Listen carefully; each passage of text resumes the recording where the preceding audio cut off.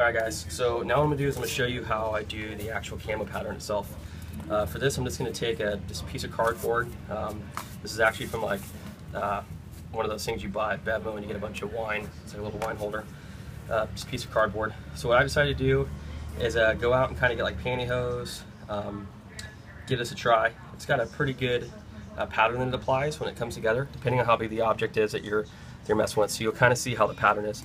What you want to do is, again, make sure that the bottom layer that you go to apply is going to be the least predominantly shown when you actually have a finished product. So the color you apply right now on the base is going to be something that you're not really going to see all too well once it's said and done. So all I do is I just paint it real quick. This stuff's pretty quick drying. For demonstration purposes, I'm not really going to wait that long. Normally I'd probably wait a minute or two, but I'm just going to show you guys an idea of what I'm going to be doing. So just take the pantyhose itself, I wrap it just around there, kind of get a little, I got to be kind of careful because it's still a little bit wet, but it's not too bad. The stuff dries pretty quick. So get kind of an outline, what you're going to be working with. So this is kind of like my little template here. So I got my pattern now, and all I'm going to do is the first color I used was dark forest green. So that's this guy. You can find it pretty much at any Home Depot, Walmart, any of those type of stores. Next I'm going to use is going to be the Camouflage sand color.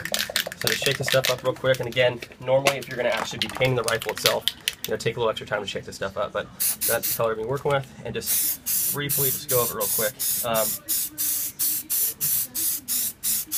Depending on what pattern you want, it's going to be dictated by how long you leave the paint as you spray. So what I do is I just kind of spray a little heavy because I want to show you two different areas. This area is a little bit heavier. Over here I kind of dust it a little bit more. I want to see exactly what kind of pops up.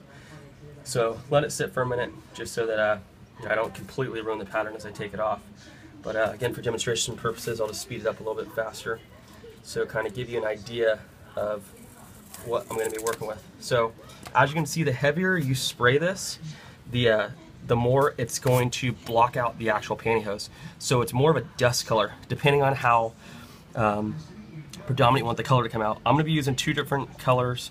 I'm going to use kind of like a khaki color. That's going to be the first time I lay down that color after my base coat, and then I'm going to go back to the Camouflage sand color. I want the Camouflage sand color to predominantly show through, but I want it to be just a mist. I still want that green to be in the background. I don't want it to be completely blocked out. So if you decide that the green isn't something you want, then you can block out those lines if you go pretty heavy on it.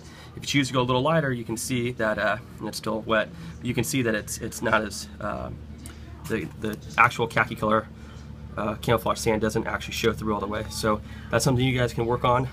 Practice a couple times, see the different templates you like before you actually spray it on. But this is just an opportunity to give you guys an idea of what I'm. Alright guys, so again, got the other template as you saw before. This is what it looks like when you use just your standard pantyhose. All I did is I just cut it in half basically. You have your pattern you can lay down. Now I'm going to show you what it's like if you use jute. So what I mean by that frayed line, as you can see, it's still a line. So what I usually do is I run my fingers up and down it so it kind of frays a line a little bit. Kind of pick at it, let it kind of get let it kind of fall off, kind of start to peel a little bit. That's what I try to do along the entire line of it. Again, you don't want a straight line, so it's perfectly fine to do this. All right, so we'll leave it like that, and then some of the other parts, hopefully they're kind of like that. But we'll see what happens. Might show too much of a straight line, but I'm going to show you. I usually do. Alright, so for instance, this is how I'd wrap. So I'm going to spray this area here, and then I'm going to spray the entire thing green, and then I'm going to come back over it with a different color and kind of show you different patterns you can do. So to start with the green again, this to be exact is the deep forest green. So just kind of just get a baseline down. Alright, so there it is. And then what I would do after this is I would take more jute and I would wrap it around, continuing on that pattern. So I'm going to show you guys. Just give me one sec.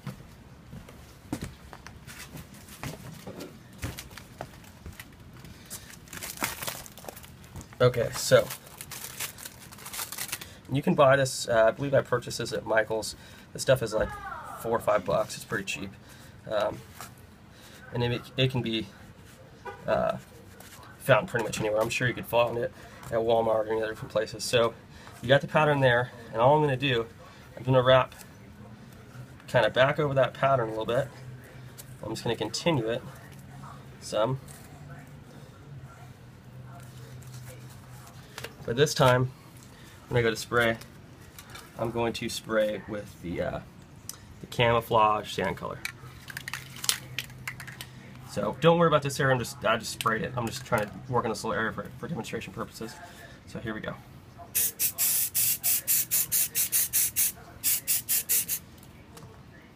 So as you can see, it's pretty easy. Just sprayed it right on. And my main focus that I'm doing here is I'm trying to be able to differentiate between the two different lines that I created.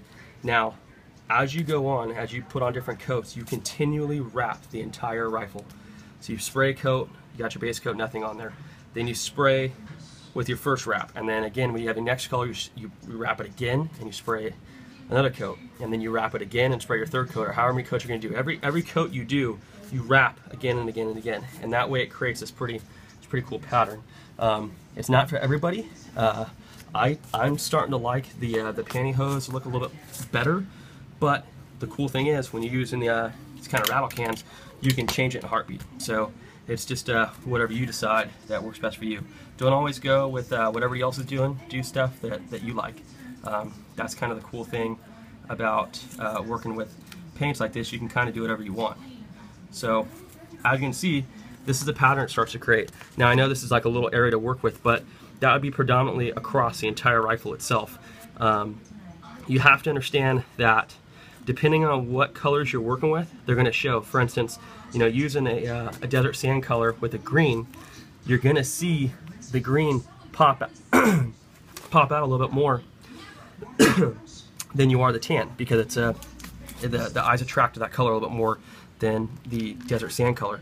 But if that's the area of operation you're going to be working in, then maybe that's what you want to go with. So your base coat is kind of the coat that's going to be least seen, but if you use a really dark color and then have an after effect with like a light color, you're gonna see the background more. So it just depends on what type of pattern you want. And again, I actually painted this entire thing green. It's not, this is actual cardboard right here, so take that into consideration. So it's just about how you want to do it. Just kind of mess with it a little bit, decide what pattern you want to go.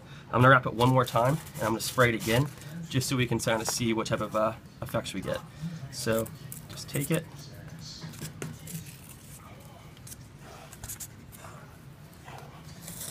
And you can kind of make a little design with it if you want. I mean, this is how you can see people do tiger striping and different things.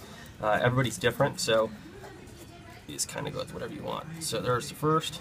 I'm going to spray this with, this time we're going to go, we'll go with the, you know what, let's go with the sand color.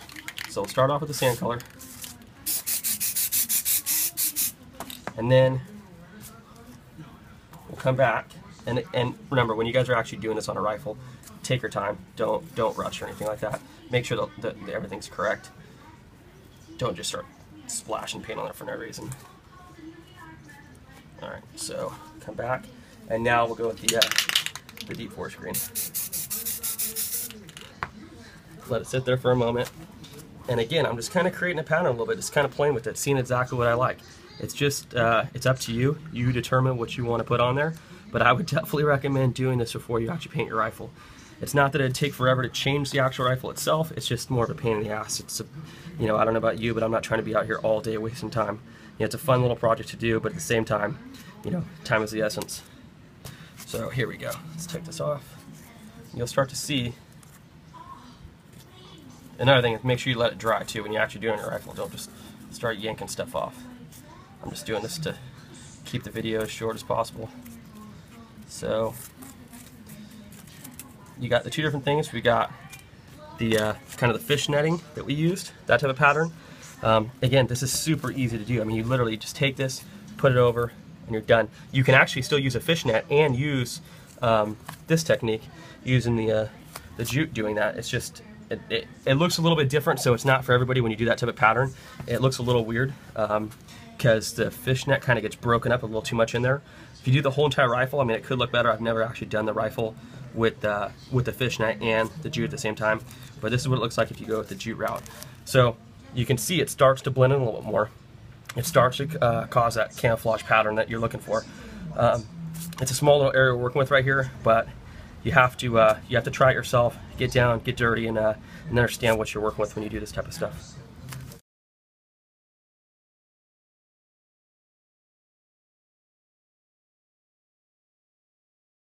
Alright guys, so I've laid down a base coat for the Midwest Industries handguard. Sorry about the shadows where I'm painting right now. It's kind of hard to see, so I apologize about that. I'll try to get you the best view possible. All I did is I've laid down a base coat so far. Nothing too crazy. So this looks like the base coat. I believe I'm using dark forest green to start it off with. Whenever you're doing this, you want to make sure that the base coat is going to be the color that's going to be seen the least. So whatever you choose to go with for a base coat, make sure that you understand that that color is going to show up the least in the entire design. Prepping, I've already prepped, but I'm prepping a few other things. Now I'm going to, red dot's prepped, so now I'm going to paint that. As you can see, tape off areas of concern. I left the back cap on just so that I don't get any paint on the actual lens itself. I've taped off the adjustment dials, that way I can actually see the numbers and still adjust. And the front lens I took off because I want to make sure that the entire front end is black, but I taped off the entire front end lens. So those are some of the things you got to look at when you're actually doing the pattern. As you can see down below, this is kind of my tester pattern that I had been messing around with. All I've been using is kind of like a pantyhose. It's a little jacked up right now because I've tested on it a few times, but as you can see, you can kind of get the idea of what I'm using. I was going to do the Jubilee burlap to wrap the actual rifle itself, but I'm kind of digging the way this pattern's come out so far. So I'll show you the end result. I'll kind of go step by step. The video will have to be broken up. I'm using my phone to film this outside, so just have to go kind of play by play. I won't be able to go the entire time by myself doing this. So enjoy what you see. If you have any questions, just leave me a comment, and I will continue to film these for you. All right. Here we go. Start it up. Whatever you don't want to get paint on, guys, make sure you obviously tape off those certain areas, whether that be you know, the handguard, or if you didn't want the trigger to get tape on it, whatever it may be, just make sure you do that. Like I said, this isn't a safe queen by any means, so I'm not worried about anything getting paint on it, except for like any type of rubber parts. This type of paint doesn't stick very well to rubber, so I really don't want that to be a problem. So that's why I'm doing it this way. And again, you're just kind of just giving it like a light dust. Like if it's working with you, if the temperature out, you know, the humidity, depending on where you guys are all at, if the weather's cooperating, then you can apply a little bit more. But if you're in an area that's very humid or anything like that, I do not recommend painting it quite as fast as I am right now. I'm here in California, so the weather is ideal. There's no humidity at all right now. It's pretty warm out, and the paint is applying very easily. So a few other areas I just want to get real quick on the buttstock, and then we should be good. I would usually do 3 to 4 coats, but again, this isn't a safe queen. I like the scratches and the nicks that get in the paint, so I'm not too concerned with this getting some little nicks and dings on there. I think the green looks pretty cool so far. It's coming through just like I want it to. No issues at all. As you can see, I taped off the buttstock on this Volta or E-Mod. That was one thing that was a little bit worrisome to me because it had rubber in it, and I had heard through some friends myself that this stuff does not take rubber, and I tested it. You know, like I told you guys, always test things yourself, never go by just what somebody else says. And I know for a fact it will not stick. So let this thing dry for about, maybe 10-15 minutes, see what it is. I will be baking it as well, putting it at 200 degrees for about 15 minutes. I saw another guy online do that, and it seemed to work out pretty well, so I'm going to try that myself. All right, guys, I'll see you soon. All right, guys, so now I have the optic itself wrapped up. I'm going to now apply my first coat of khaki. It's kind of the color I'm going with. I want it to be, like I said, a little bit more of a desert color, so I want this to kind of blend in a little bit more with that surrounding. So I'm going to start off, like I said, every coat as you go is going to get a little bit more more vibrant, especially with such a dark background. So I want to be careful with how much I'm going to spray on here with this color. Again, this is my first coat while the optic is wrapped in this configuration. The next time I do another coat, I'm going to re-wrap it again, leaving this wrap on there, not messing with those lines, and then continuing on that pattern. So here we go. So it's kind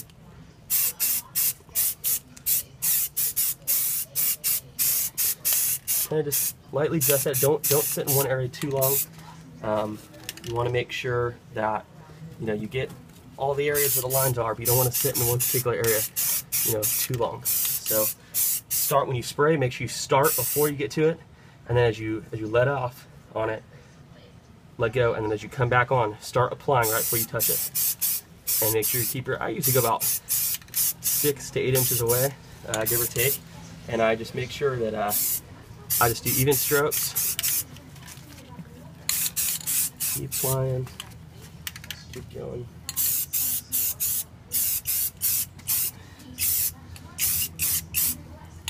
Alright, and so that is done for that wrap. So what's going to be green in there now, remember, like I said, I'm going for a desert look. So right now it's going at like a khaki color, but underneath each of those wraps is that forest green. And so that's what's going to kind of blend it a little bit. I'm just trying this color out. I'm not sure if I'm going to like any of these colors particularly, but this is a route that I'm going to try to attempt. So now what I'm going to do is I'm just going to simply, I'm not really, like I said, this is no safe queen, so I'm just going to take the optic, basically just going to put it on the ground. I'm going to take the barrel next, and I'm going to put it on here and do kind of the same thing, just letting it dry, while still working. So see, this thing is still pretty wet, but I know I can still touch the burlap as well as the other side. We're still good. So I'm still excited with that. Just move on to the barrel, and again, you don't have to do anything at first. It doesn't have to be a crazy wrap. You're going to see that this barrel at first is going to be quite exposed in the very beginning process of this. Let's see if I can get this thing to stand up. Make life a lot easier if I could. Okay, so I'm going to take it. I'm going to apply the khaki again. So again, nice smooth strokes.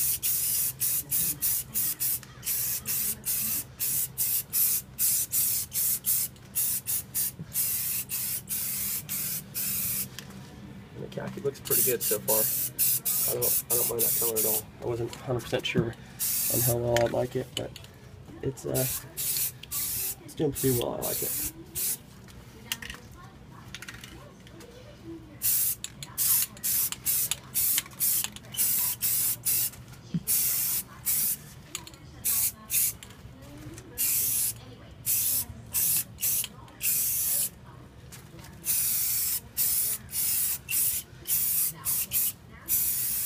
Alright, so now the barrel itself is done.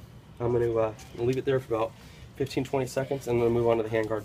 And I'm going at a little faster pace, guys. So like I said, if I need to repaint it, I'm not too worried about it, but I want to have you guys understand exactly what I'm talking about when we do these wraps. I know there's been a few videos out there, but they really haven't gone I mean, there's a few guys going in more descriptions, but I'm trying to give you guys the best option that I think, not only on the cheap end, you can do this pretty cheap and have a very, very effective technique and a great camouflage pattern. And if you look at a lot of guys that are, operating, different countries and whatnot, they're not going out and buying fucking some $200 stencil kit and throwing it on their gap. It's not happening. What they're doing is they're freaking using the environment around them. So yeah, could I use leaves? Could I use twigs? All sorts of shit? Absolutely. But that's not really what I'm going for. I could very easily carry 550 cord on me, cut it in half, pull out the materials inside, lay it over the rifle, and use that. I could very well easy in my go bag keep something like Jude and wrap the rifle like this. It's very, very simple. Couple rattle cans with me, and we're rocking and rolling. So this is an example of this. The barrel seems to be dries in the areas that I want it to be, which is just basically the bottom. I just need it to stand up. That's all I'm really concerned about. I have end caps on both sides, so I really don't care about the bottom of the barrel because it's capped off, and so is the top. So next, move on to the handguard. Same thing.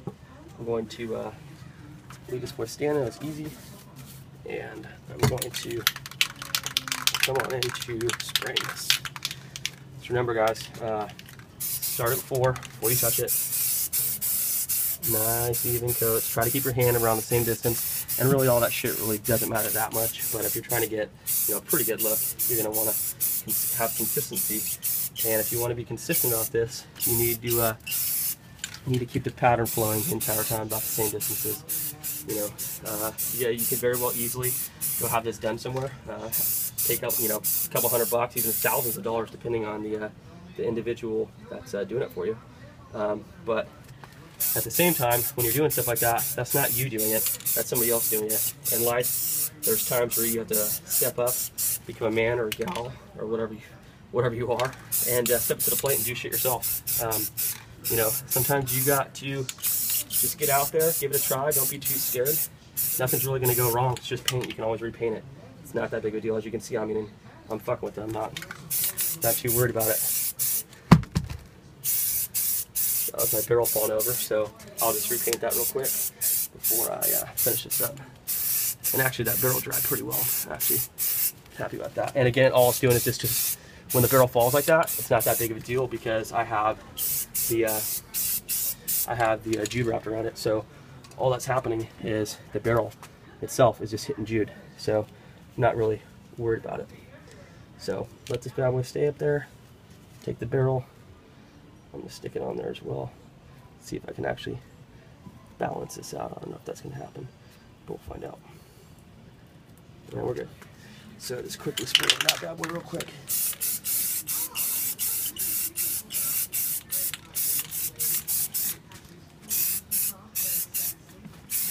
And she's done. Alright guys, so next you'll see me go on to the lower and upper receiver, basically the gun itself, pretty much put together without the barrel, a few other things, but that's basically an idea of what you're going to be doing. You got the optic, we got the barrel done, as well as the handguard. The handguard itself is the Midwest Industries 12-inch Gen 2 SS series, and then you have the V7 Weapon Systems 16-inch stainless steel match barrel. It's the lightweight version, and then I have the Bushnell's TRS 25 red dot optic on there. And I'll go over reviews later on about all these different parts. But yeah, this is basically just a quick, easy, down and dirty way how to paint your rifle. Alright, click subscribe if you like the video. Comments or anything like that, just keep posting whatever you guys want. Be respectful, don't harass each other and stuff like that. It's ridiculous when people get on there and start bashing people about stupid shit. Half the time these guys don't even know what they're talking about. You guys are sitting behind your fucking couches not doing anything. So enjoy the video, and I'll see you guys on the next one.